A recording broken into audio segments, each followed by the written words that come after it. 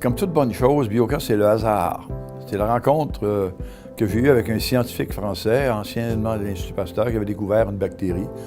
De par sa renommée internationale dans le secteur laitier, je l'ai cru.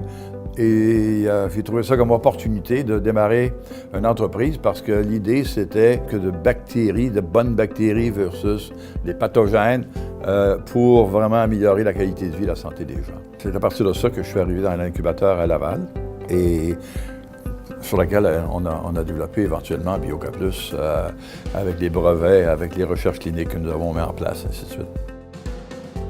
Et à ce qui a trait à la production d'Amérique du Nord, et même de l'Europe actuellement, et un peu en Asie, ça fait ici à Montréal, dans la région métropolitaine.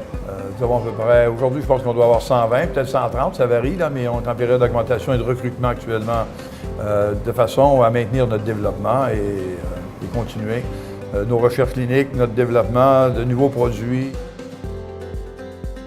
Mais je dirais que Montréal, comme avantage, c'est un carrefour. C'est un carrefour, je dirais que c'est comme un carrefour, un lien entre l'Europe et les États-Unis ou les Amériques. Et c'est français, c'est anglais, c'est plein d'institutions, de chercheurs de haute compétence. Alors pour nous, c'était un naturel.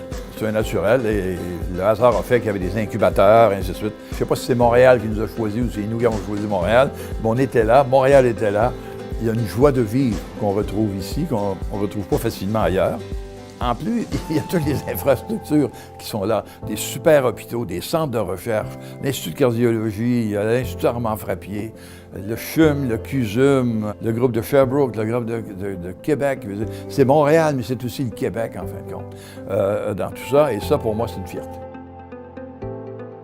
Écoutez, le meilleur conseil que j'ai reçu en affaires, c'est vraiment de croire en quelque chose et de ne pas lâcher le morceau.